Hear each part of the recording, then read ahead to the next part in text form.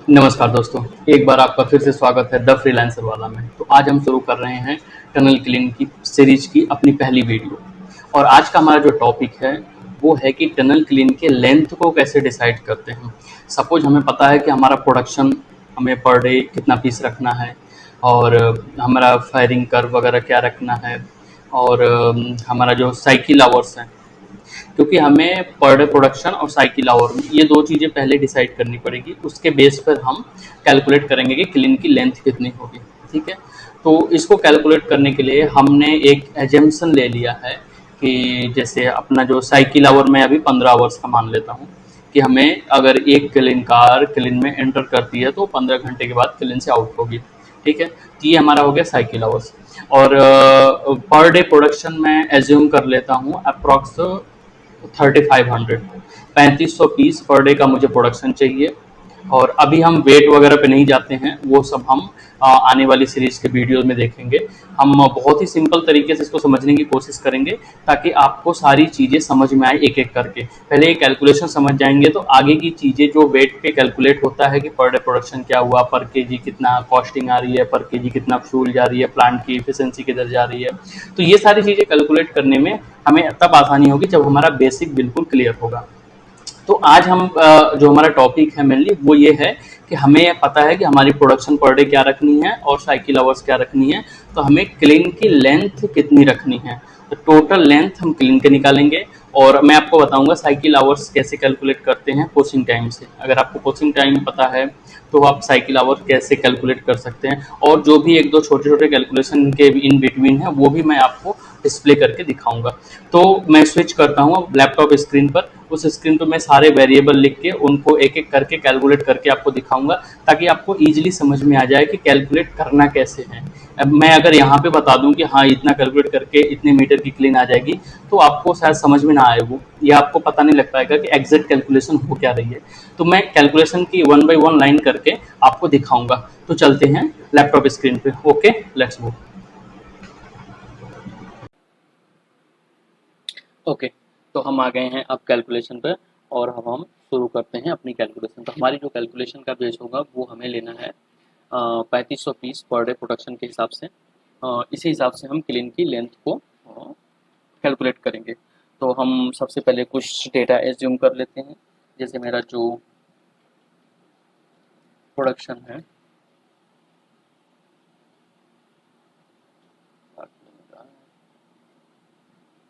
हाँ ओके, तो जो मेरा प्रोडक्शन है वो हो गया 3500 pieces per day.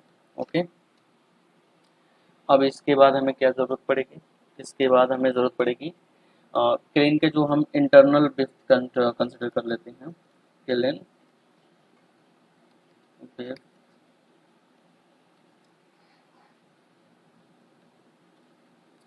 Internal, sorry internal, यहाँ लिख लेता हूँ लोडिंग विड्थ। ठीक है, उसमें क्योंकि स्पेस भी रखता है, फिर वॉल की लाइनिंग होती है, वो सब हम कंसिडर भी नहीं करें। 3.6 mm, और हम इसको 3.6 मीटर भी बोल सकते हैं। ओके, अब जो क्लीन कार की लेंथ लेंगे हम, क्योंकि हमारा मेनली इसमें पर्पज है लोडिंग एरिया को निकालने का। तो क्लीन कार लेंथ जो मैंने लिया है वो लिया है 1500 mm, और जो लोडिंग लेंथ होगा, जो लोडिंग लेंथ होगी वो अप्रॉक्स होगी 1450 mm। मीन्स अगर हम इसको मीटर में करें तो 1.45 मीटर। ओके, यहाँ तक क्लियर है आप लोग को? ठीक है, अब हम आगे बढ़ते हैं। और मैंने एक्चुअली लोडिंग एरिया हम पहले निकालते हैं कि हमारा एक स्क्वायर मीटर में कितने पीस आते हैं, और फिर कार का जो एरिया है कितना स्क्वायर मीटर है, और फिर उसमें हम डिवाइड करके निकाल लेते हैं कि एक कार पे कितनी पीसेज आते हैं। बट मैं रेंडमली यहाँ ले लेता हूँ total pieces on one car. ठीक है, तो ये मैंने कंसिडर किया है 28 पीस। ठीक है, तो यहाँ तक हमारा एजम्पशन हो गया। और कुछ बस तो नहीं रहा, नहीं एक पॉइंट और रह रहा है, वो है टोटल साइकिल टाइम। ये हमने लिया है 15 आवर्स। ओके, तो आई थिंक यहाँ तक अब सब लोगों को क्लियर है। तो मैं आपको एक वे बता देता हूँ कि हम किस वे में कैलकुलेट करेंगे क्लिनिकल लेंथ को। ठीक है, तो हमारा जो कैलकुलेशन का वे होगा वो कुछ इस प्रकार होगा। पहले हम निकालेंगे रिक्वायर्ड कार्स पर डे। ठीक है, और इसके बाद फिर हम निकालेंगे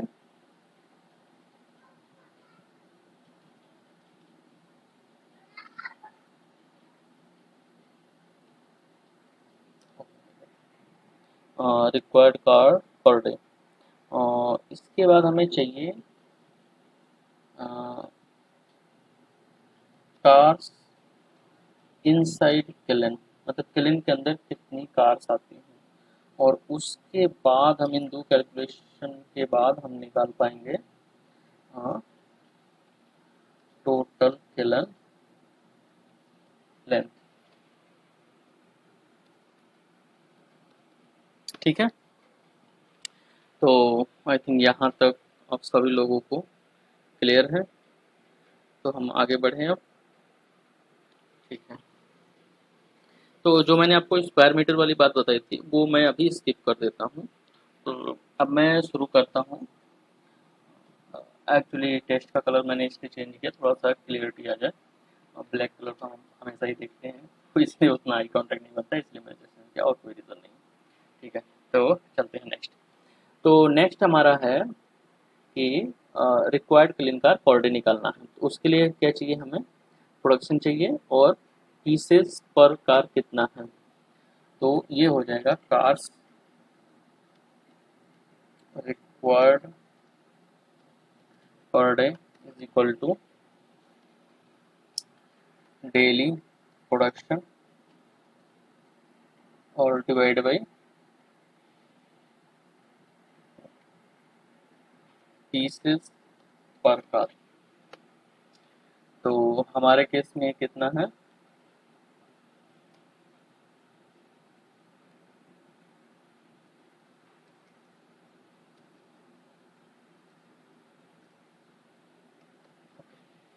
तो हमारे केस में ये 3500 divide by 28।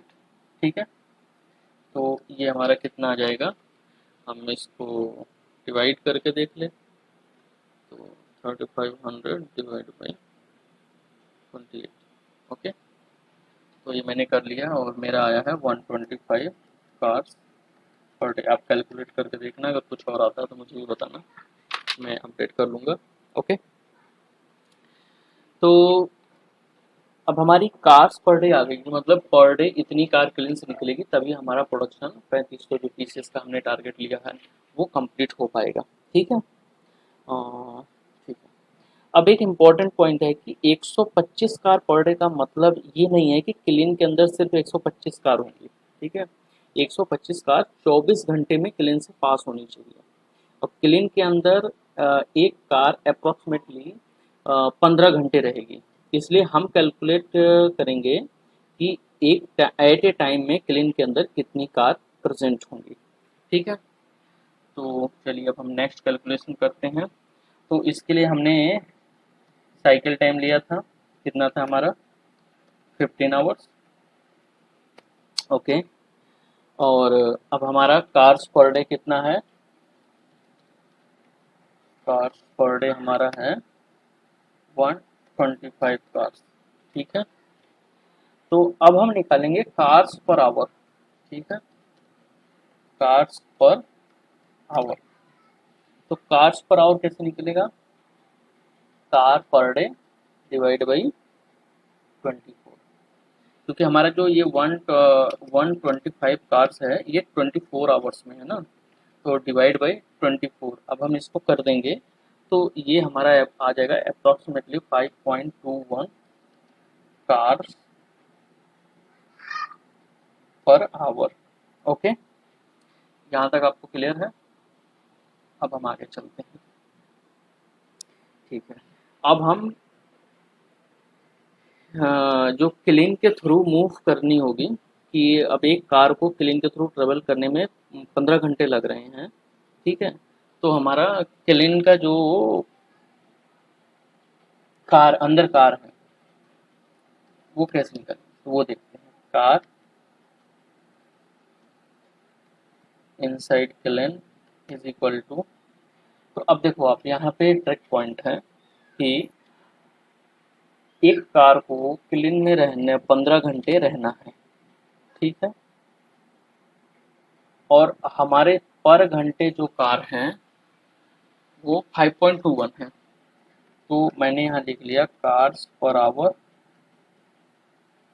Into cycle time, ये भी आवर्स में है।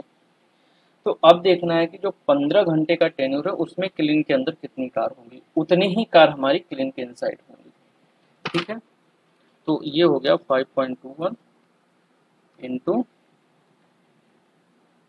15 is equal to 78.125 cars.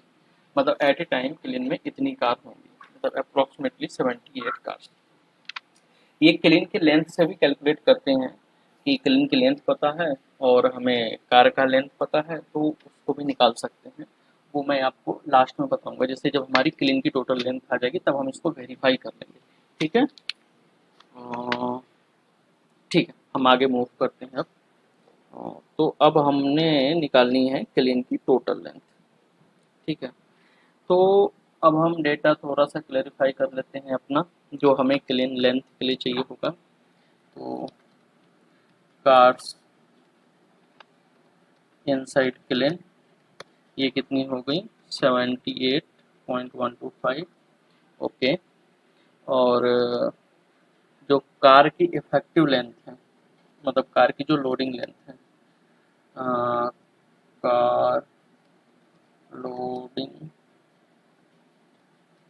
Length जो है वो है 1.45 मीटर। ओके, तो अब हमें टोटल क्लिन की लेंथ चाहिए।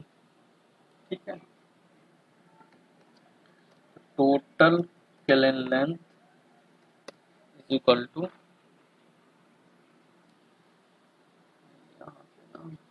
लोडिंग लेंथ नहीं लेंगे हम, क्योंकि हमारी तो पूरी पूरी कार आ रही है ना, तो हम कार लेंथ लेनी पड़ेगी।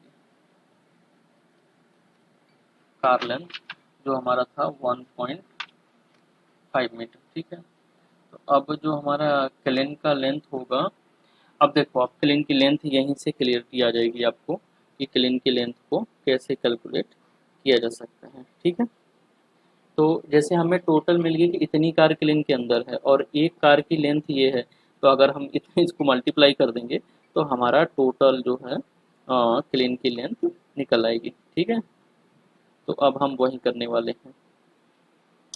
तो ये हो जाएगी cars inside into one car length, one car length. तो ये कितना आ जाएगा मेरा 78.125 इंटू 1.5 इज इक्वल टू, तो अगर हम इसको मल्टीप्लाई करते हैं तो कितना आएगा 78.125 इंटू 1.5, तो ये मेरा अप्रॉक्स आ गया 117.187 मीटर। ओके, ये हमारा टोटल क्लिन का लेंथ आ गया। ठीक है, तो अब ये रेंज एक मिल जाती है हमें। तो इसके बाद हम क्या करते हैं, हम इस लेंथ को मतलब फाइनल लेंथ नहीं मान सकते। अब इसके बाद हम इसमें अपनी कर्व बैठाते हैं, जो हमने 15 आवर का कर्व लिया है ना, तो वो साइकिल का जो कर्व है, फायरिंग कर्व है, उसको फिट बैठाते हैं पर जोन के हिसाब से, थर्मोकपल के हिसाब से, लोकेशन लेके कितने rate of rise, rate of decrease जाएगी, वो सारी चीज़ें सेट करते हैं वन बाई वन करके। और उसमें अगर कहीं कम ज़्यादा हो रहा है तो हम थोड़ी सी लेंथ प्लस माइनस कर सकते हैं। तो अब मान लीजिए इसका मतलब ये होता है कि आपको एक टेंटेटिव लेंथ मिल गया। अब 117 आ गया ना, तब ये 110 भी हो सकता है, 120 भी हो सकता है, मतलब 4-5 मीटर प्लस माइनस हो सकते हैं, क्योंकि मेन होता है फायरिंग कर्व का एग्जैक्ट बैठना, क्योंकि फायरिंग कर्व अगर सही नहीं होगा तो दिक्कत होगी। ठीक है, तो अब हमने लेंथ निकाल ली। हाँ, मैंने आपको बोला था मैं आपको वेरीफाई भी कराऊंगा कि जो हमने कार इनसाइड निकाली थी।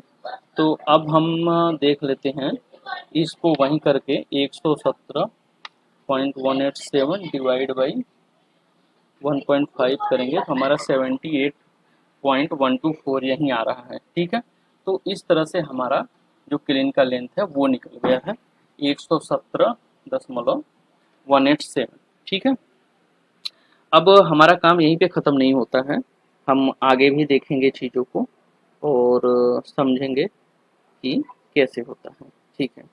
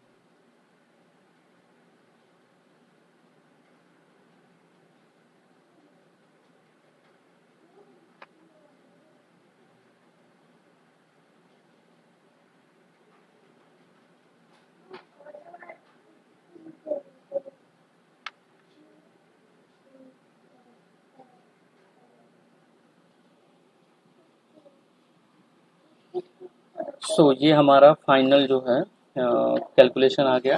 इसमें कुछ चीज़ें और भी एड ऑन्स रहती हैं, जैसे कि हमारा एंट्री एग्जिट में जो ट्रांसफर गार्ड्स होती हैं उनकी लोडिंग, उनकी स्पेसिंग, कितना उनको अरेंजमेंट चाहिए आगे पीछे होने के लिए। ठीक है, तो आई होप ये वीडियो आपको पसंद आया होगा। तो नेक्स्ट वीडियो में हम मिलते हैं। नेक्स्ट वीडियो का हमारा टॉपिक रहेगा कि हम जोन वाइज कैसे कैलकुलेट करेंगे। जैसे हमने अभी टोटल कैलकुलेट कर लिया कि हमें 117 मीटर की टनल क्लीन रखनी है, बट अब 117 मीटर में कितना मीटर मुझे प्री हीटिंग जोन को देना है, कितना फायरिंग जोन को देना है, कितना कूलिंग देना है, और कूलिंग में भी जो सब पार्ट होते हैं रैपिड कूल को कितना देना है, वो कैलकुलेट कैसे करते हैं कि पर जोन की कैलकुलेशन कैसे करनी चाहिए, वो मैं आपको नेक्स्ट वीडियो में लेके आऊँगा नेक्स्ट संडे सुबह 7 बजे। ठीक है, तो देखना ना भूलें, हर संडे सुबह 7 बजे द फ्रीलांसर वाला क्लीन के पूर्ण जानकारी के लिए, क्लीन से रिलेटेड कोई भी क्वेश्चन हो आप पूछ सकते हैं, आपको डेफिनेटली रिप्लाई किया जाएगा। तो इसको यहीं पे एंड करते हैं दोस्तों। Okay, thank you for watching and जय हिंद।